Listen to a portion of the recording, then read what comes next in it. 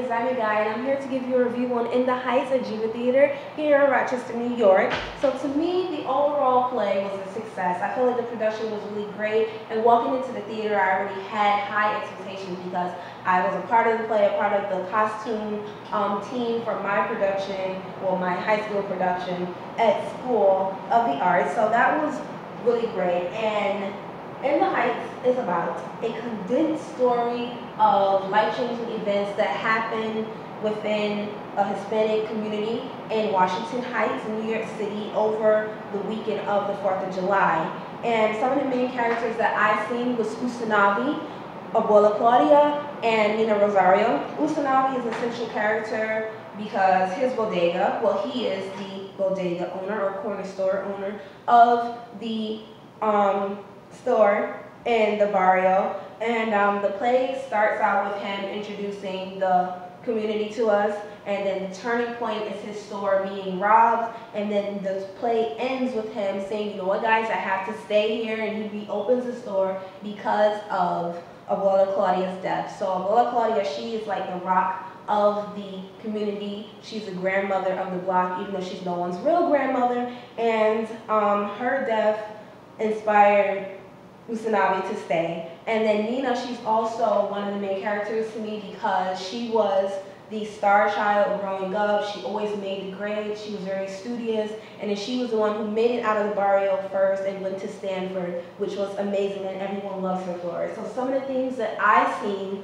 was never forgetting your roots, especially for Nina because she's going off to Stanford, predominantly white school, so she always has to remember where she's coming from, her Hispanic culture, and everything about that. And following your dreams is to almost everyone in the bodega, but mainly I seen that for Benny because he had to follow his dream to being the entrepreneur that he really wanted to be.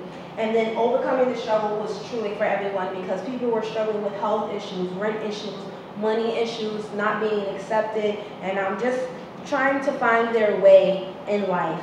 And some of my favorite characters were Benny. I felt like he truly like Sidney DuPoint, he like really portrayed his character well, really expressed Benny's objective, his goals, and what he wanted. His vocals were nice, his movement and his chemistry with Nina was something that I really enjoyed.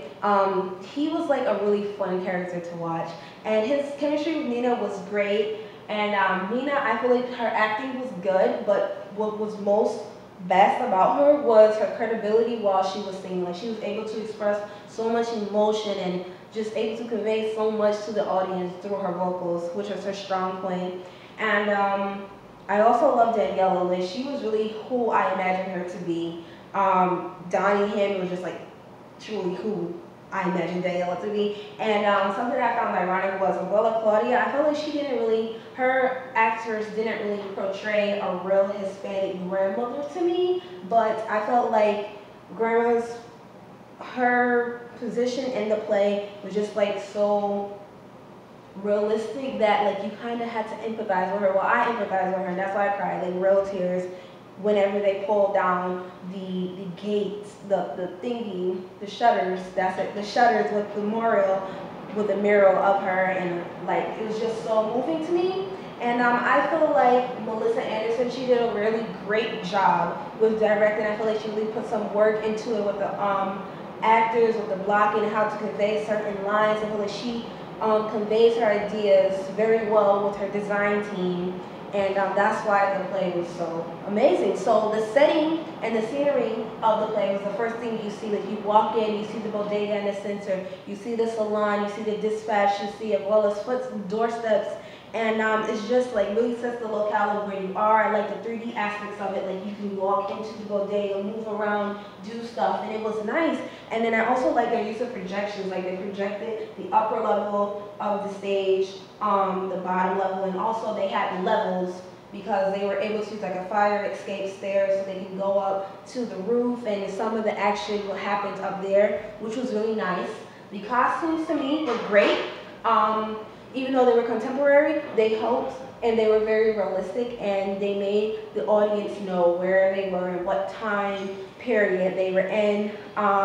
They also matched the character's personality, like Nina. She never wore a dress, even to her family's dinner, which shows that she's not really a girly girl. The father, he always had like a professional suit on, so he always looked the role of a business owner. And Piagro guy, he always had his NYC hat on, his sneakers, his Skechers, so he just had that real chill, New York feel type of personality, type of person look.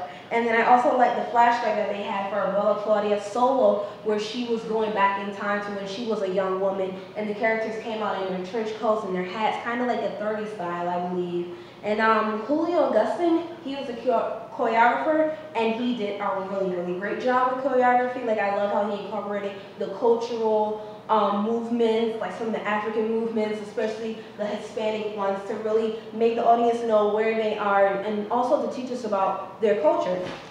And the lighting to me was one of the best because it really helped create the setting and the atmosphere of the play. The distribution was good, everyone was lit, so that was nice.